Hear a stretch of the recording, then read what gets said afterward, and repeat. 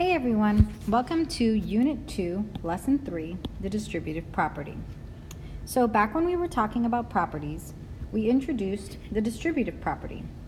So let's review. Remember that the distributive property says that if you have an outside multiplier like A, and that's multiplying to the sum of B plus C, that is exactly the same as A times B plus A times C.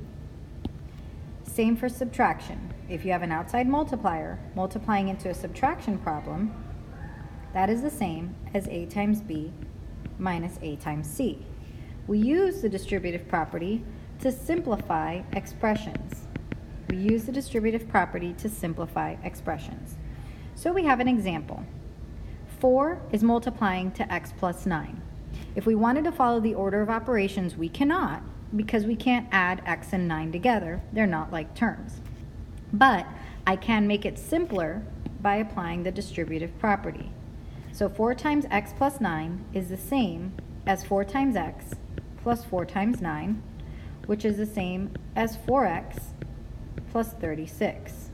That is simply applying the distributive property to make that expression simpler. Let's look at number 2. We have 7 who's multiplying to k minus 3.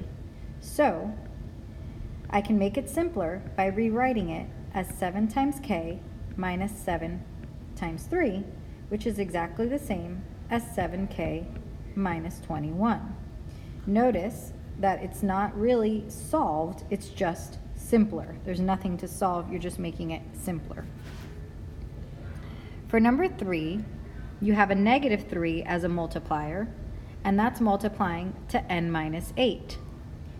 So in order to make it simpler, I cannot do n minus 8, but I can multiply negative 3 to n and negative 3 to minus 8.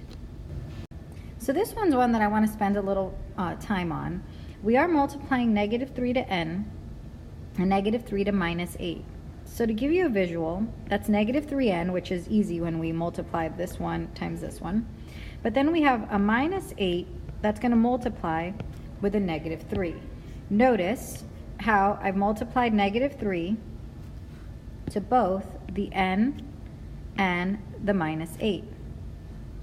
So if we take a look, we end up right here with negative 3n and then a plus 24, because the minus 8, when multiplied with the negative 3, will create a positive 24.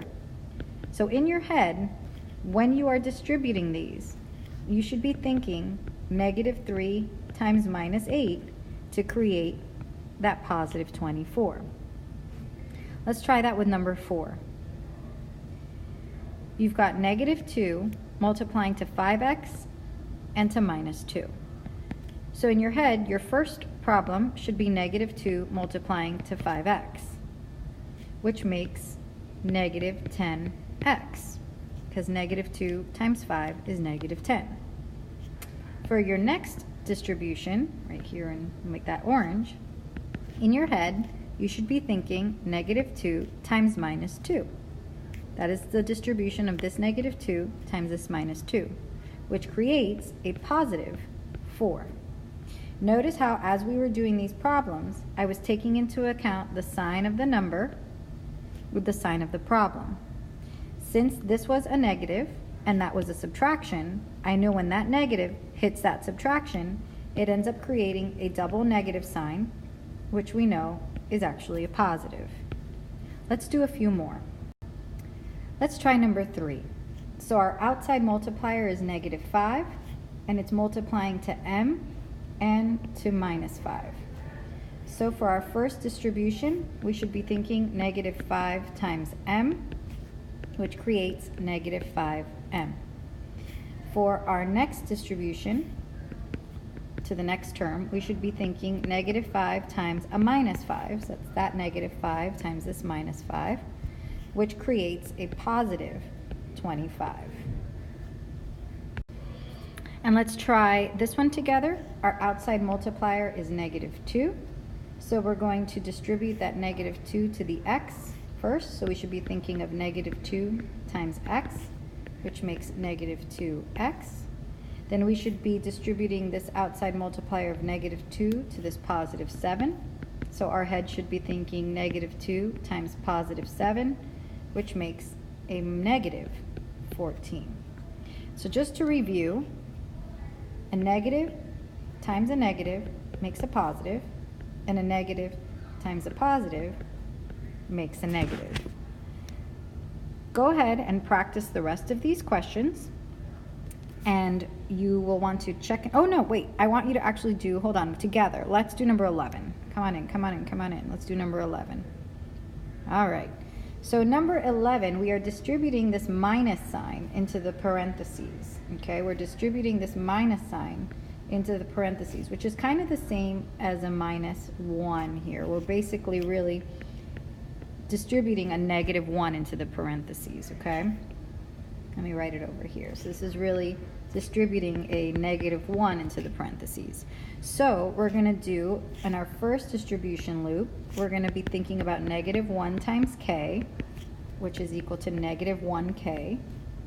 And in our next distribution loop, we are distributing negative 1 to negative 2, so we should be thinking about negative 1 times minus 2 to make a positive 2.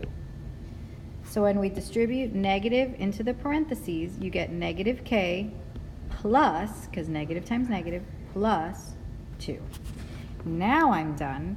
Now I'd like you to try these on your own, and then answer any, or ask any questions you have at the end of this video or in class. Thanks for watching. Thanks for learning.